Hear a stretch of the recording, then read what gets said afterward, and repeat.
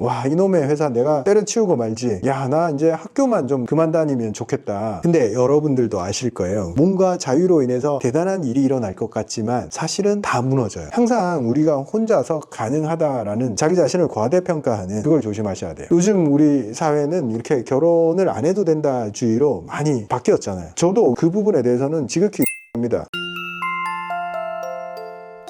안녕하십니까 구독자 여러분, 후쌤입니다. 오늘은 자유와 구속에 대해서 제가 이야기를 한번 해볼까 합니다. 우리 당연히 자유는 좋고 구속은 나쁘다 이렇게 인식을 하잖아요. 저 역시도 자유라는 단어를 들으면 기분도 좋고 구속이라는 말을 들으면 좀 압박감을 당연히 느낍니다. 근데 여러분들도 아실 거예요. 그리고 저도 뼈저리게 느껴요. 우리가 완전히 구속이 없는 그런 상태에 있었을 때 몸과 자유로 인해서 대단한 일이 일어날 것 같지만 사실은 다 무너져요. 어쨌건 짜여진 틀 속에 있기 때문에 뭔가가 반복되게 일어납니다. 매일매일 우리가 출근을 하거나 학교를 가거나 뭔가 정해진 일을 해요. 만약 그 규칙을 깨버린다면 더 대단한 일을 하기 위해서 규칙 바깥으로 나간다면 대단한 걸 할 것 같지만 사실은 안에서 하는 거에 반의 반도 못합니다. 주위에서 많은 예로 이런 경우가 있어요. 학생들이 이렇게 학교를 다니다가 지금 아침에 일어나서 학교 가고 학교 수업 듣고 그러는데 그 시간이 다 아깝게 느껴지는 거예요. 학교 가는 시간도 아깝고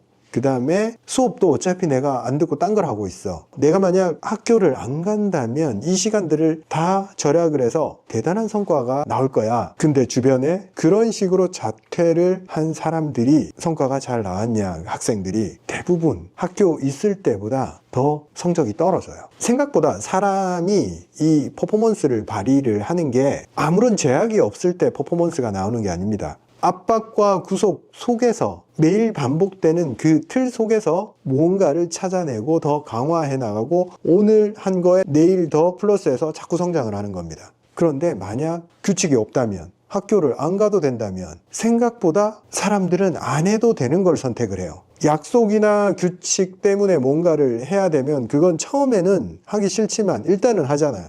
근데 안 할 수 있는 선택권이 주어지면 사람들은 대부분 안 하는 걸 선택해버려요. 그래서 강제성, 구속 이게 있어야 됩니다. 그게 없으면 삶이 지탱이 안 됩니다. 대부분 평생 직장 다니는 게 너무 싫어가지고 나는 은퇴만 하면 뭔가 좋은 삶이 벌어질 거야, 혹은 비즈니스를 하다가 회사를 처분하고 이제 은퇴를 해서 뭐 더 좋은 삶을 꿈꿨단 말이에요. 근데 얼마 못 가요. 왜? 그 삶의 새로운 규칙을 만들어내지 못하면 그 나사가 다 풀려버립니다. 그래서 은퇴 후에 우울증이 오거나 스타트업을 성공해서 회사를 매각을 하고 편하게 쉬면 될 것 같은 사람들이 다시 현업으로 복귀를 합니다. 규칙 없는 삶이 생각보다 사람을 좀 망가뜨리거든요. 그래서 우리가 구속을 너무 부정적으로 바라볼 필요가 없어요. 우리는 어딘가에 현재 구속되어 있습니다. 가정, 학교, 회사, 종교 그 속에서 뭔가를 하면 돼요. 그 제공된 틀이 나를 성장시키는데 어떤 가이드라인이 되고 벗어나지 않게 해주고 지속 가능하게 해줍니다. 물론 내가 더 성장을 해서 그 틀이 나를 담지 못할 때는 바꿀 수도 있고 더 확대할 수도 있습니다. 근데 틀 속에 있으면서 우리가 잘못하는 것 중에 하나가 그 틀을 부정적으로만 인식하는 거, 거기서 항상 문제가 생겨요. 와, 이놈의 회사 내가 때려치우고 말지. 야, 나 이제 학교만 좀 그만 다니면 좋겠다. 그 속에 있을 때 그 규칙이 주는 의미를 온전히 받아들이지 못하고 긍정적으로 받아들이지 않기 때문에 그걸 벗어나면 더 나을 거라는 생각을 합니다. 근데 그 틀을 그렇게 부정적으로 인식하지 말고 하나의 장치로 인식을 해서 내가 하기 싫어도 나를 매일 하게 만드는 그 장치를 잘 활용을 해서 하루하루 성장을 해 나가면 됩니다. 혼자서 뭔가를 이루겠다라는 생각 너무 어려운 일이에요. 운동을 하더라도 러닝메이트가 있으면 훨씬 잘 됩니다. 혼자서 계속 해 나갈 때는 문제가 뭐예요? 안 해도 어떠한 제약도 없단 말이에요. 어겨도 누구한테도 별다른 소리를 듣지를 않아요. 그래서 운동을 잘 하지를 못하는 분들은 제가 꼭 어디에 들어가서 레슨을 받는 운동을 하시라 이렇게 말씀을 드려요. 왜냐하면 거기에는 룰이 존재하잖아요. 월수금 6시까지 나오세요 라는 룰이 존재하잖아요. 그러면 최소한 그 룰을 지키다 보면 나 혼자는 만들어낼 수 없었던 내 삶의 규칙을 만들어낼 수가 있어요. 그렇게 계속 하다 보면 그 틀을 벗어나서도 나 혼자서도 작동하는 단계에 들어갈 수 있습니다. 항상 우리가 혼자서 가능하다라는 자기 자신을 과대평가하는 그걸 조심하셔야 돼요. 그래서 우리 모두 튼튼 카페를 제가 만들어서 삶의 루프를 만들어 가는 사람들을 같이 하자. 우리 서로 열심히 하는 사람을 바라보고 응원하고 칭찬하고 내 얘기를 올려서 점검받고 그런 행위가 분명히 도움이 될 걸 알기 때문에 제가 우리 모두 튼튼 카페를 만들었어요. 같이 뭔가 레슨을 받고 싶어도 여건이 허락하지 않잖아요. 혼자 갈 때의 그 한계점을 해결하기 위해서 일단은 어딘가에 집어넣어서 거기서 단련을 시키자, 훈련을 하자. 우리 사회는 대부분 그런 장치들이 잘 돼 있습니다. 학교, 군대, 회사 모든 게 개인이 혼자서는 이루지 못할 정도의 퍼포먼스를 뽑아냅니다. 과연 혼자서 그런 일들을 해낼 수 있었을까요? 못 해내요. 인간이 한 단계 성숙하는 데 있어서 같이 무언가를 협업을 해서 할 수 있다는 게 인간의 특징입니다. 굉장히 고도의 작업을 같이 해낼 수가 있어요. 동물은 그냥 같이 모여서 단순한 작업을 할 뿐이에요. 근데 인간은 훨씬 더 복잡한 성과를 이뤄냅니다. 제가 서두에서 자유와 구속에 대해서 말씀을 드렸는데 자유만 쫓아서는 결코 성장이나 내 자신을 원하는 수준까지 끌어올리기가 거의 불가능하다.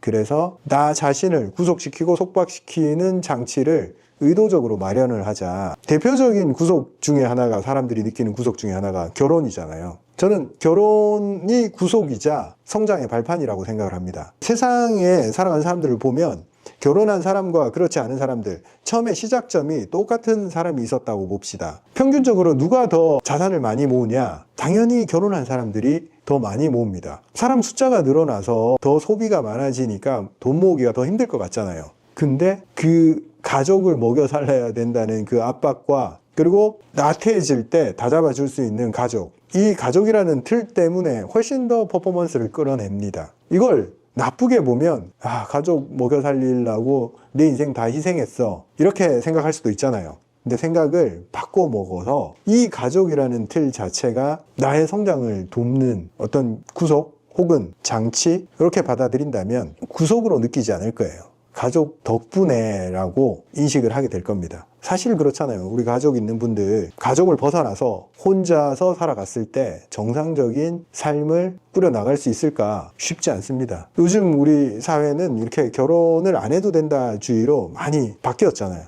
저도 그 부분에 대해서는 지극히 동의합니다. 사회를 위해서 어쩌고저쩌고 결혼을 해야 된다. 이건 말이 안 되는 거예요. 어떻게 개인을 희생해서 사회를 위해서 결혼을 해야 되냐? 우리가 인구가 줄어들고 뭐 국가 GDP가 줄어드니까 결혼을 해서 아이를 낳아야 된다. 저는 그런 논리는 개인한테 이렇게 강요할 수 없는 논리라고 생각을 해요. 근데 결혼을 했을 때와 안 했을 때 이해득실을 진짜 따져봤을 때 어느 쪽이 이득이냐? 아까도 말씀드렸듯이 사람은 어느 정도의 틀에 갇혀 있어야 됩니다. 그렇지 않으면 삶의 통제를 상실을 해요. 그래서 어떤 식으로든 무질서가 개입을 합니다. 그래서 제 개인적으로는 결혼이 국가를 위해서 사회를 위해서 하는 게 아니라 개인의 삶을 바라봤을 때 동기부여도 되고 안정감도 주고 아닌 것 같지만 분명히 더 성장을 하기 때문에 이게 더 낫다 이렇게 생각합니다. 내 삶에 무질서가 많이 생기고 내가 스스로 뭔가를 잘 해내지 못하고 규칙을 잘 지키지를 못하고 삶의 질서를 잘 만들어 나가지 못하는 분들이 있어요. 그런 분들은 어딘가에 소속이 되는 게 더 낫습니다. 그게 더 이득이에요. 물론 굉장히 잘못된 방향으로 외롭고 힘들고 의지하고 싶으니까 어딘가에 소속이 되고 어떤 집단에 들어갈 때 요걸 경계를 해야 됩니다. 내가 외로워서 의지하고 싶어서 이런 마음으로 어딘가에 소속이 되면 그 집단에 의해서 그 개인은 휘둘리게 됩니다. 그 그룹에 들어가는 이유는 아까도 말씀드렸듯이 스스로는 통제를 못하니까 조직의 힘을 빌어서 그 규칙 안에서 한번 움직여 보겠다 이런 목적으로 들어가는 겁니다. 그래야지 거기서 휘둘리지 않고 본인의 주관을 유지할 수가 있어요. 제가 말씀드리는 루프, 맨날 해야 될 반복들, 우리가 눈 뜨면 해야 되는 것들, 이런 규칙들을 막 제가 제시를 하게 됐을 때 물론 그 규칙들의 어떤 강요나 강제성 이런 걸 배제하고 저는 항상 스스로 규칙을 만들자 이렇게 말씀을 드리잖아요. 이렇게 규칙들 속에 자기 자신을 집어넣었을 때 그때 비로소 내 마음의 질서와 삶의 질서가 다 잡힙니다. 그때 어떤 일들이 일어나냐? 내가 삶을 굉장히 단순하게 영위를 할 수 있구나. 잡다한 것들 신경 쓰지 않아도 그냥